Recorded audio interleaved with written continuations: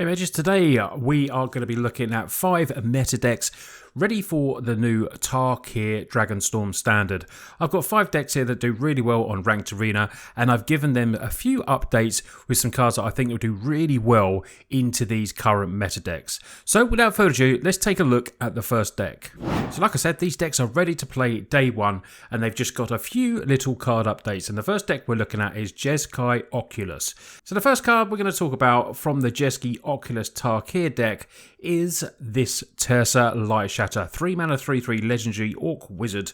It has haste, but when it enters, discard up to 2 cards, then draw that many cards. So if you've not played Oculus before, Oculus has an additional cost when you cast a spell, exile 6 cards from your graveyard, and you can get this done pretty early with some, with the right kind of cards in hand, and then you can just get this down. It will start manifesting at each opponent's upkeep, and then you just massively build your army. So the Light Shatter with that card draw, you want card draw, you want to be filling up your graveyard. This acts as another body onto the battlefield as well, and the 3/3 with haste is pretty decent as well. So when this attacks, if there are 7 or more cards in your graveyard as well, exile a card from random from your graveyard, you may play that card this turn. So you're constantly going to be filling up your graveyard, but then you've got an added thing. If Oculus isn't around and you're not getting it, this has another really cool effect. The other card that I'm putting in that I really wanted to fit in here was Winter Night Stories. Draw 3 cards, then discard 2 cards unless you discard a creature card. We do like getting our creatures like Oculus into the graveyard because we have Helping Hand and Recommissioned in this deck. So Helping Hand, returning that target creature, and Recommissioned does the same thing as well. And these creatures are all 3 mana. So this is what we really want to be putting in there. We can get Terza in from the graveyard, and obviously the main idea of this deck is to get Oculus in there and hopefully get it in pretty quick. So the stories with the draw 3 cards, potentially discarding 2 or just getting that single creature card for 3 mana is really sweet. And we have the new Harmonize, so you may cast this card from your graveyard for 5 mana. You may tap a creature you control to reduce that cost by X, where X is that creature's power. Then you get to exile the spell as well. So another added bit in there, but I really like the draw 3 cards and potential discard 1 or 2 cards with that. I'm adding in a single one of Focus the Mind.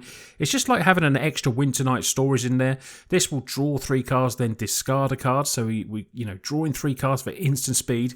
And it's going to, for second spell, it costs 2 less to play. So pretty easy to make this 2 less to play, really, with the, with the low mana curve in this deck. And maybe it will be something where, testing it out how good it is. And it might be something that gets warranted and maybe gets upped in the deck. The other card I'm adding in is Duty Beyond Death into the deck. I always feel with a lot of Wraths in there, there's a lot of destruction standards. You've got Split Up, you've got Day of Judgment. Obviously, this doesn't work around the exile spells, but I still think it's a decent card to keep stuff on the battlefield. So additional cost to cast a spell, you sack a creature, then all your creatures get indestructible, and then you put a 1/1 counter on all of them.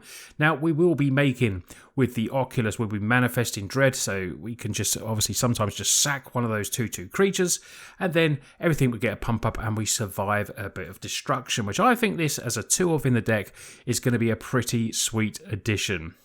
We then have Mistrise Village is the only other update that I'm putting into the Jeskai Oculus deck. The blue tapped, the next spell you cast this turn can't be countered. It's just going to be really good against the control decks. It's not legendary, so we can have a couple of these in there, and it doesn't enter tapped unless you control a mountain or a forest, but we do have them in there as well in the spirals. In the Thundering Falls, which is islands, mountains, and stuff like that. So there is ways that this can come in on tap. But even if it does come in tapped, I still think for have that, the non can't be countered, I think is definitely a good addition to this deck. But all in all, the shell of the rest of the deck is exactly the same. So if you played this deck, let me know what you think of these upgrades and how good you be.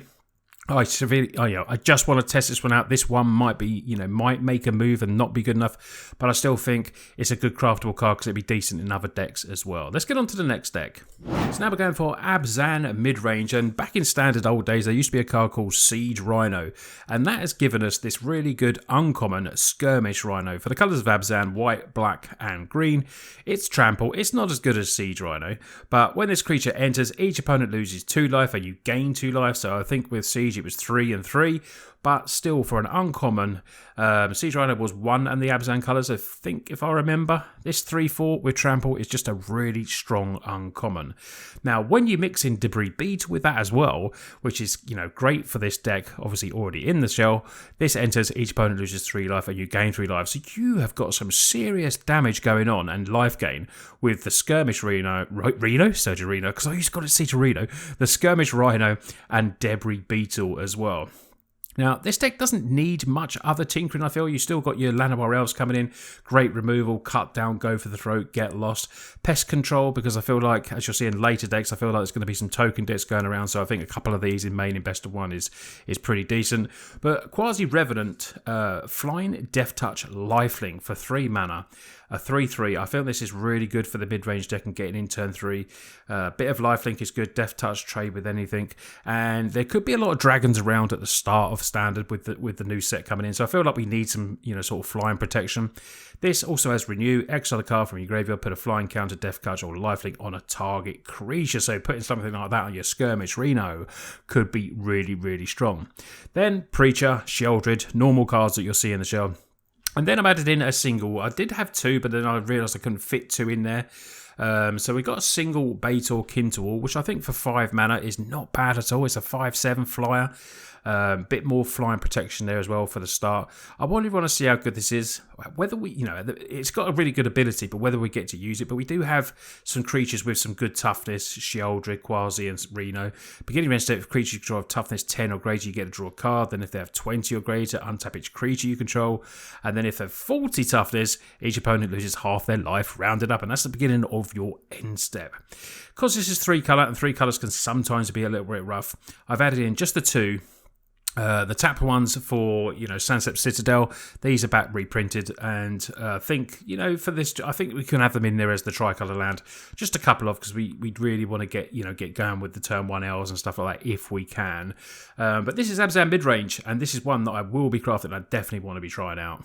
Next deck is a Boros Token Control. I really like this card, United Battlefront, so I'm looking for decks to put this in.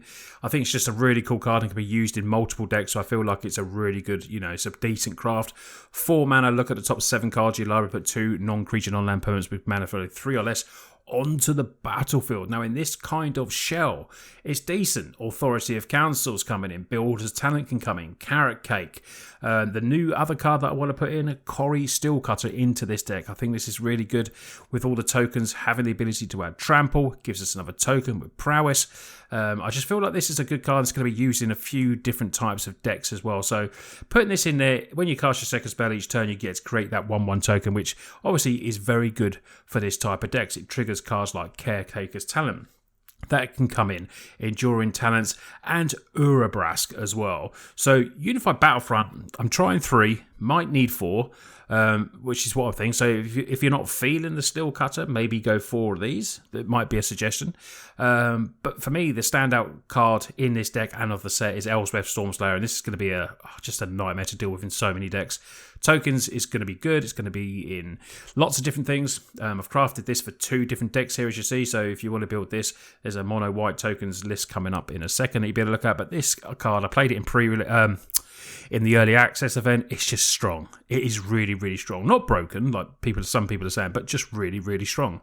So if 1 or more tokens would be created under your control, twice that many tokens are created instead. It makes a token. Obviously will make 2.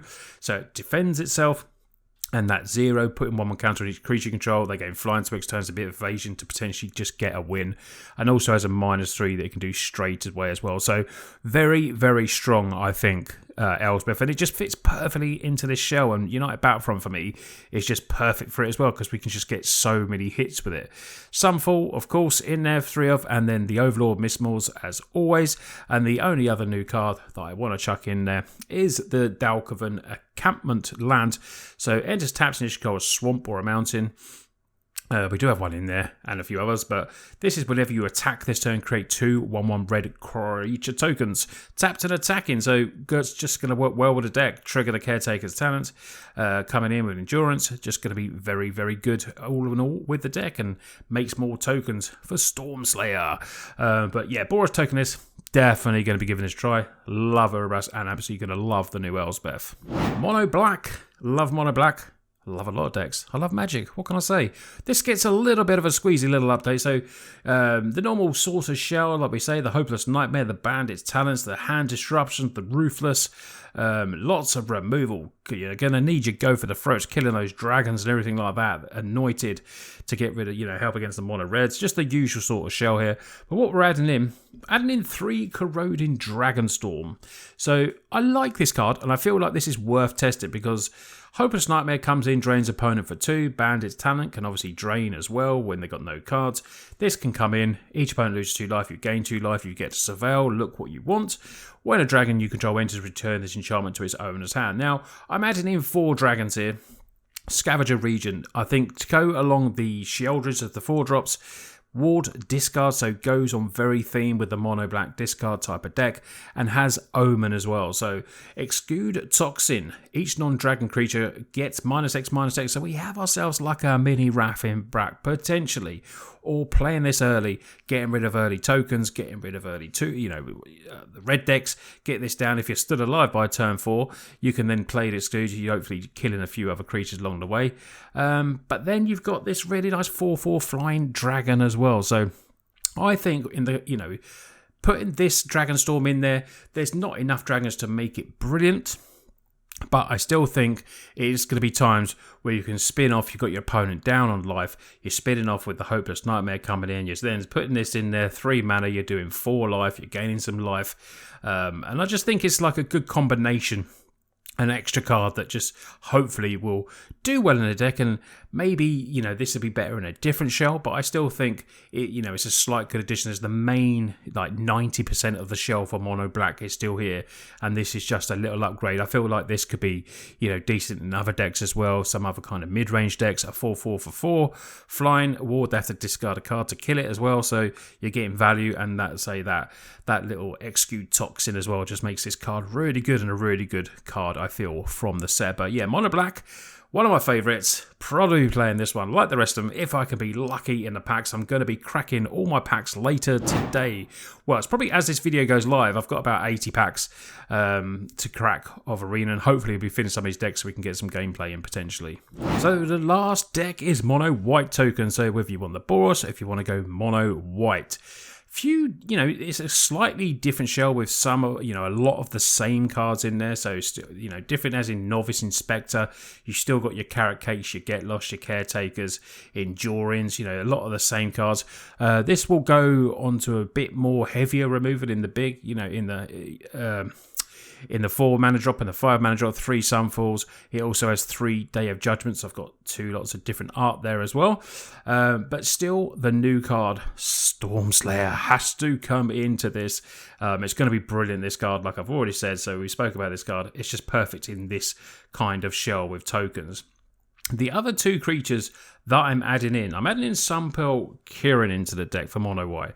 When this creature enters, return up to 1 other target non-land permanent you control to its owner's hand.